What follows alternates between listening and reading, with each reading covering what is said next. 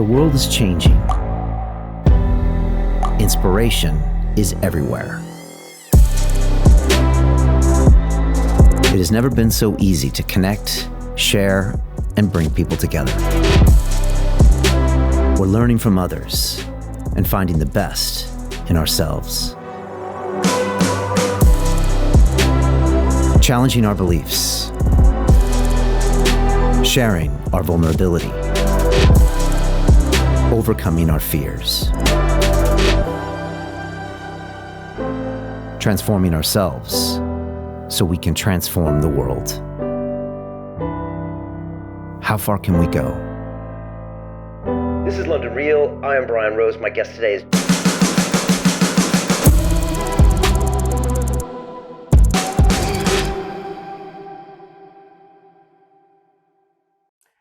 This is London Real. I am Brian Rose. My guest today is Dr. David Martin, the American author, professor, and researcher. You are the founder and CEO of MCAM, which provides research and advice to over 160 countries regarding finance, patents, and trades. You were the central figure in the documentary film Plandemic 2, which we live streamed here on our Digital Freedom platform to over 2 million viewers, the largest live broadcast of a documentary film in history. In the movie, you exposed the elaborate web of deception and lies by governments, corporations, and regulators that caused the COVID-19 pandemic. And you also appear in the latest installment, Plandemic 3, The Great Awakening. Ultimately, you believe COVID was a pre-planned act of biological and chemical warfare perpetrated on the human race. And you said exactly that in the European Parliament during the recent International COVID Summit in Brussels. David, welcome back to London Real. I am so happy to see you, Brian. It's great to be here. And man, what a beautiful suit you've got on. Well, some great things never change. Well, that's a beautiful tie. And the man that consistently pulls off the bow tie is a strong man indeed. We'll definitely get you over to London and we'll go down to Savile Row and maybe you can teach me a thing or two. How's that? There you go. David, I couldn't be more excited to speak to you. I just uploaded a 20-minute piece of you speaking in front of the EU, and I highly recommend everybody go watch that when we're finished. I think it's probably the single most important, most prescient, most potent description of the entire pandemic. And you break down everything that you've been talking about for 20 plus years, and you take us all the way back to 1965 when this whole thing started. And I had a couple flashbacks back to Plandemic 2, but you didn't go all the way into it in Plandemic 2 because it was probably so much information and it was early days. But what you said recently in front of the EU, along with the emotional content, for me, it's the most powerful thing I've seen in years. And I was curious, how would you describe, what you said? Because I think the average person watching us right now has no idea of the detail that you can break down as far as the traces of what happened to us the last few years. Brian, a lot of people have asked how I do research. And in the case of not only the coronavirus situation, but in the case of anthrax and in the case of conotoxin, in the case of an enormous number of other things, including the Ebola campaign during the mid-2010s, the difference between what a lot of people do and what I do is I watch the thing as it unfolds. You made reference in the opening to the fact that we advise 168 countries. What I receive inside of our corporate structure is the innovation disclosures, contracts, records of procurement, all kinds of things. And that goes into the Cuisinart of our data. It's how we make our global equity indexes that are traded. It's how we do our business. And so we don't look for things. We actually have a system that flags things. I can set flags for all sorts of things. I can set flags for violations of laws. I can set flags for all sorts of either themes or content or actors or whatever. And in the early 2000s, and a lot of people don't know this, but in the early 2000s, when we were asked to look into the anthrax outbreak, which most people don't even remember. I mean, when we talk about September 2001, everybody thinks about planes and towers. But the global fear in September of 2001, and the thing that was exploited to pass what ultimately became the PrEP Act in 2005, was the anthrax outbreak that allegedly happened at the end of the month. And because of the cognitive dissonance of did planes really fly into towers, people forget that the real terrorist attack was actually anthrax. And the problem about forgetting that is people also forget that several years after the alleged investigation, we were able to definitively and unequivocally and without censorship say the United States Department of Defense attacked America. There you go. It's not hard. And the problem, right, is by the time that statement was made, kind of like UFOs are real, gender isn't real, all of the crazy other things that people say, the problem is by the time you get to the conversation where people admit, oh my gosh, the US really did anthrax to itself, people have forgotten the story. And so in many respects, COVID is amnesia 2.0. That's how we should describe it, because this was another US did it to itself, right? And the Wall Street Journal just this past week, and this part cracked me up, through this amazing FOIA request, which allegedly was something they fought long and hard for. You know what they found? What you and I talked about nearly 3 years ago. But if you're looking for the whodunit as a forensic investigator versus you're observing the crime as it unfolds, you have two very different perspectives. And what I really did at the EU Parliament is said, hey, slow the tape down. Let's get all the facts on the table. Coronavirus, COVID-19, the whole thing was premeditated. It was murder. It was active terrorism by a state against the world. Let's call it what it is. And let's not pretend like maybe there's a more complex explanation for, I don't know, the facts. And the facts are, here's the bad news, for 58 years, the United States, the UK, in collaboration with researchers around the world, planned to use coronavirus to instill the most tyrannical reform of society that this generation has ever seen. And they did it purely premeditated to make sure that we were cowed into submission. And the bad news for them is there's a lot of people that didn't take the knee. It's just incredible when you start going through the dates, and maybe just take us back to some of these dates, 1965, 1967, 1990, where these events, and when you do it, it's like watching a train wreck in slow motion. And again, the beautiful thing about your work in Plandemic 2 is that there was no emotion, there was no opinion, it was all facts. It was published documents where you can literally show, and as you walk us right up to 02 and right us up to 2020, you literally have specific mentions about exactly what's going to happen. That document what you just said, because a lot of people will hear what you just said and be like, okay, here's another one who's making these claims, but you can document every single thing you're saying. Well, and not only can I, in the EU Parliament speech, I actually put every single reference in. There's not a single thing I said that's not referenced with the source document behind it. So you can read it, do it yourself. Go read it, read the document, draw a different conclusion.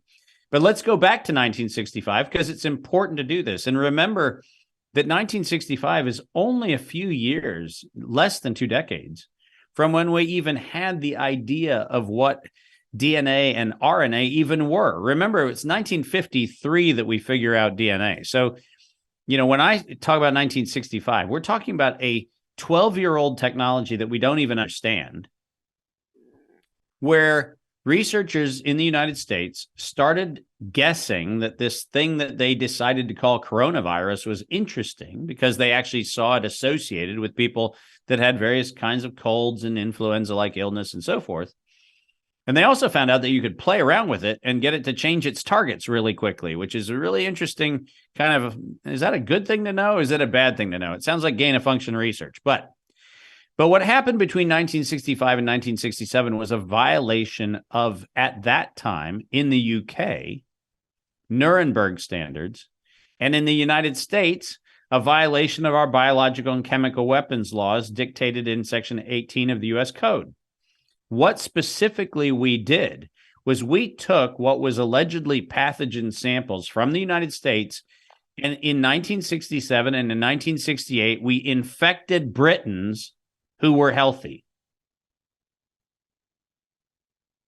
Just let that chill just for a minute, like a rosé on a hot summer afternoon, right? That's a, oh my God, what did you just say? I said it. We broke the law. We knew that we had something that made people sick.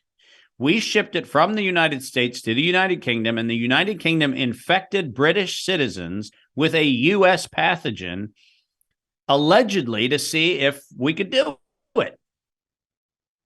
Now, by the way, in 1967 and 1968, nobody in Great Britain was sitting there going, I wonder if we've got a treatment for it. They were first trying to see if they could infect people with the thing, right? That's kind of an important point to make, because the waiver of biological and chemical weapons laws in the United States and the waiver of the Nuremberg standards in the UK are based on whether you're doing research for the purpose of benefiting therapies, not seeing if you can infect people.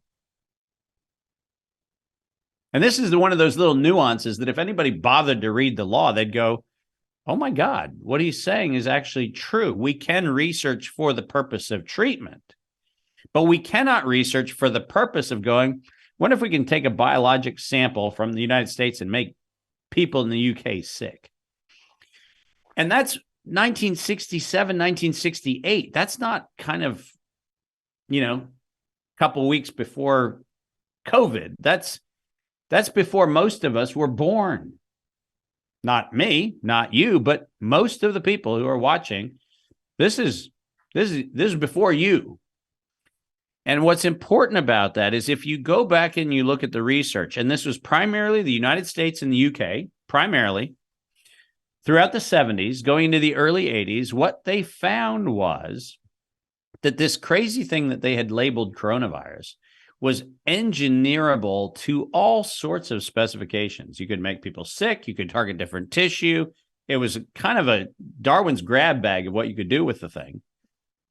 And then in the 1980s, farmers, and specifically farmers of pigs and breeders of dogs, started realizing that this coronavirus thing that they were talking about was associated with gastroenteritis in little baby pigs and little baby dogs.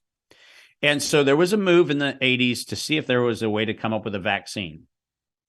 And in 1990, a company that none of us have ever heard of, might start with a P, might be followed by another consonant, but a company that allegedly was, a master of no expertise at all in coronavirus, decided to patent a vaccine.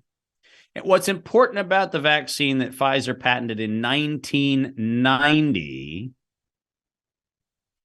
was it was RNA for the spike protein. So when I hear somebody come along and tell me that they had Operation Warp Speed, this rapid discovery of the way we're going to inject people in 2020, I sit back and go, Warp Speed. That only took 30 years of failed trial after failed trial after failed trial, which included as recently as 2018, a series of publications that said coronavirus and the vaccine concept cannot coexist. And they cannot coexist because the coronavirus model had been so manipulated, so contorted, so subject to gain-of-function research that you could never get a vaccine to immunize a population against infection with this thing. It would have never been possible. And by the way, for everybody who does the follow the science mantra, the science unambiguously says in thousands of publications, proceedings, and patents Vaccines do not work on coronavirus. That is the science. And by the way, nothing about COVID-19 has changed the science, because we now know that every injection that was ever given to anybody failed to stop infection or transmission at all. So my little observation about the 30-year scientific history is unfortunately backed up by the fact that even this go round, we haven't been able to immunize the population against anything. And so, Brian, the point of all of this legacy is that it was 30 years and it was Pfizer. It wasn't another company. It wasn't GlaxoSmithKline. It wasn't Sanofi Aventis. It wasn't those. It was Pfizer who had a mandate from what became World Health Organization, Bill and Melinda Gates Foundation, Gavi, the NIAID, all of the DARPA funding. Pfizer was the lead horse in the race because they, in fact, owned the race. So is it a surprise that Pfizer is allegedly a dark horse in 2020 that comes out with this instantaneous ability to respond to something that they had 30 years of failed trials to produce and never once succeeded? You know, these are things where, unfortunately, the evidence is self-evident. It's just mind-blowing, these facts. But it gets even better with your narrative. Walk me through, say, another 10 years, especially as we get up to 2002, and some of the stuff going on in Chapel Hill, because this story gets even more interesting. It's kind of like the Bible. It gets even more interesting. Yeah, well, so 1990, we find out that dogs and pigs still get sick. And in fact, when you inject them with the Pfizer vaccine, they die. So there's that problem. And it's really unfortunate, by the way, if a side effect of a thing that's supposed to make you healthy is death, it does feel a little awkward to try to pitch it as a solution. And not surprisingly, Anthony Fauci, because by this time you'll recall in the 1980s, he got the National Vaccine Injury, the National Childhood Vaccine Injury Act passed 1986 with President Reagan.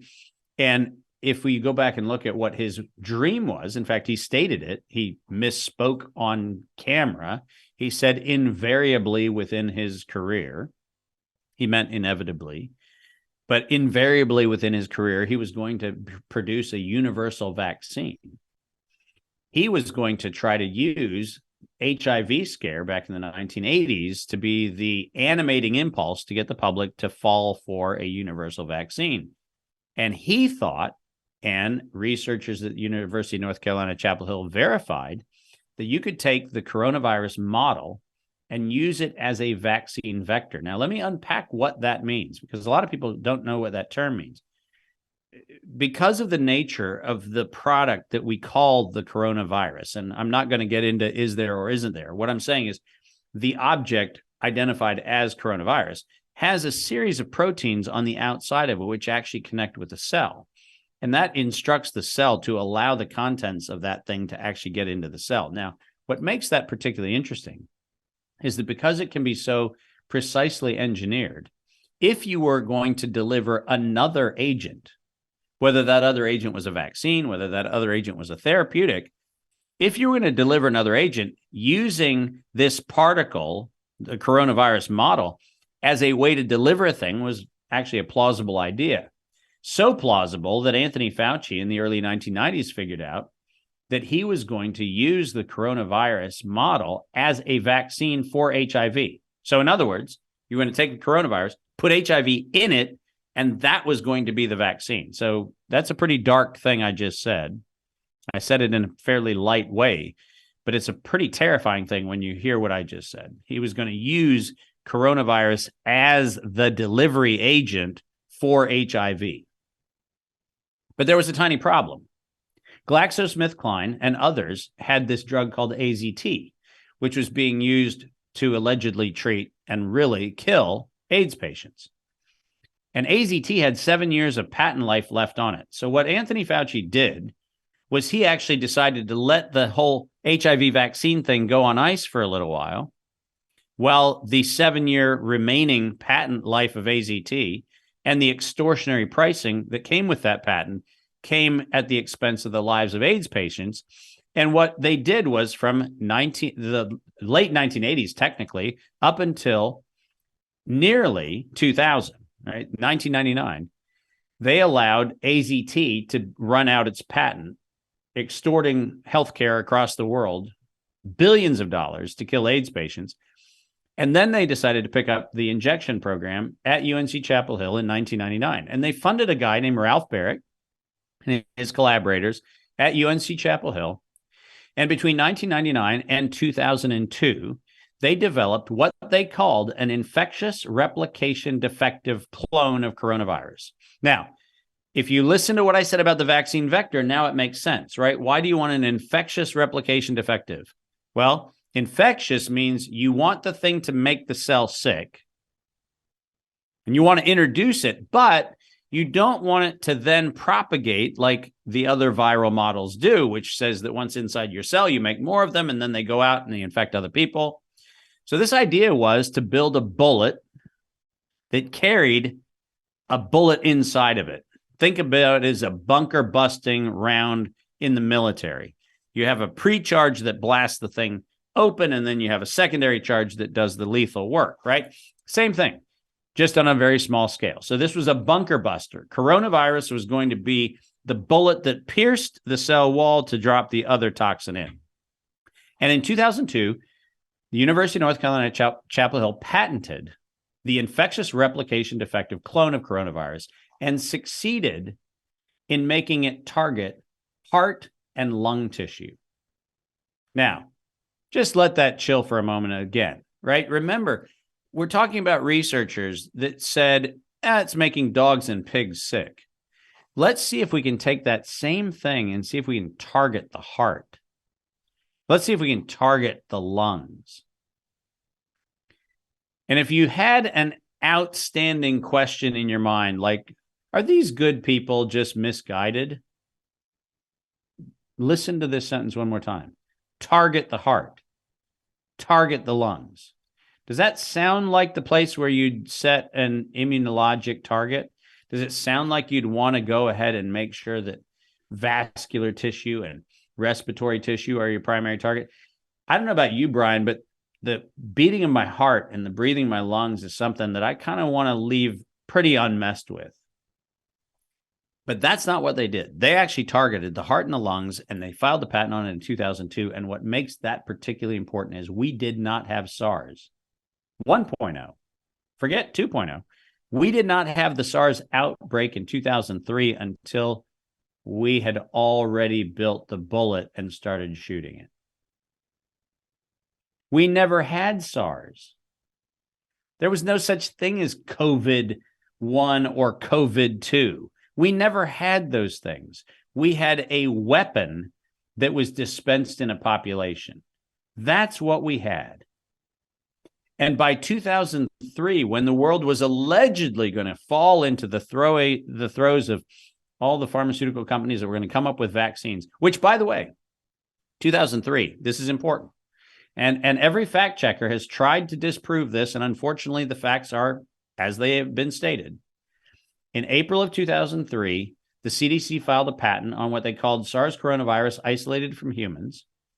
It took them 4 years to get that patent issued. It took them bribing the patent office to get it issued after the patent examiners twice rejected it as an illegal patent. All of the things I said in Plandemic 2. All of the things that are absolutely documented, and all of the things that fact checkers, which, by the way, is the only fact they checked out of Plandemic 2, got wrong. Because the facts are, if you go to the United States Patent Office record right now, you can see that everything I said is absolutely true, and the original documents are absolutely there, as we put in the movie. But here's the point. 2 days after the CDC filed their patent, not got it, filed it. 2 days later, a company called Sequoia Pharmaceuticals, company that none of us have ever heard of, nobody saw the funding for it, nobody's seen anything about it. 2 days after the CDC filed a patent on allegedly discovering the gene for SARS and the entire DNA sequence that actually was the underlying alleged coronavirus isolated from humans, 2 days later, the vaccine patent was filed on SARS. Now, in what world could you, in the space of 2 days, go from allegedly identifying the existence of a thing to not only filing a patent on the vaccine for it, but having data on the research of the vaccine for the thing that was patented 2 days earlier? Now, people say, Dave, that sounds like a conspiracy theory. I'd like you to drop the word theory, because it's not a conspiracy theory when it is, in fact, a criminal conspiracy. It was a criminal conspiracy. There is no question that Sequoia Pharmaceuticals could not have invented a vaccine for a thing for which a patent had only been filed 2 days prior. That's a conspiracy, which is a criminal conspiracy. And that involves the CDC participating in a racketeering and domestic terrorism and global terrorism exercise to release a known toxin into a population to justify the acceptance of a vaccine. Tiny problem. By 2007, it turns out Sequoia's vaccine didn't work, because you know what happened when it got injected into living things? They died. Didn't work. But what's fascinating about this whole story is then you actually recognize that in 2005, and this is probably the crowning achievement of the EU speech, which also fact checkers on YouTube have decided to tell me and tell everybody in the world can't be true. But it is on Ralph Barrick's downloadable CV at the University of North Carolina, Chapel Hill right now. You can go online, pause the video, confirm what I'm saying. In 2005, Ralph Barrick made a presentation sponsored by DARPA and the MITRE Corporation, M-I-T-R-E, the MITRE Corporation. And in that presentation, his title of his presentation was Biohacking a Coronavirus as an Enabling Technology for Biowarfare. Now, I've been told that I'm misunderstanding, that he was really talking about coming up with treatments for a thing. Brian, I don't know for you, I don't know if the average UK listener or viewer has a hard time understanding the English language, but let me unpack something. If it was treatments for coronavirus, I wouldn't have an argument. But if you say that your speech is coronavirus, biowarfare enabling technology, I don't know which part of that phrase is creating the problem for fact checkers. Biowarfare enabling feels to me like you might be enabling biowarfare. But apparently I've got it wrong. I'm misunderstanding the innocent Ralph Barrick, who happened to not only make that presentation, but then receive a black contract at the UNC Chapel Hill lab, which stood side by side with the NIAID to allegedly then come up with research that, subject to the gain of function moratorium in 2014, was given a waiver because he was funded. So funded research got a waiver mysteriously, even though the public was told that we actually put a moratorium on gain of function research. But since he was already funded, he was getting funding. Therefore, he was allowed to keep doing it so that by 2016, he could write the following sentence. The Wuhan Institute of Virology virus 1 spike protein is poised for human emergence. Let's just dial back to, I don't know, December of 2019, when allegedly we were supposed to believe that some poor schlep in a wet market in Wuhan bought a dog or a civet or a pangolin or a bat or whatever the heck they bought. To continue watching the rest of the episode for free, visit our website londonreal.tv or click the link in the description below.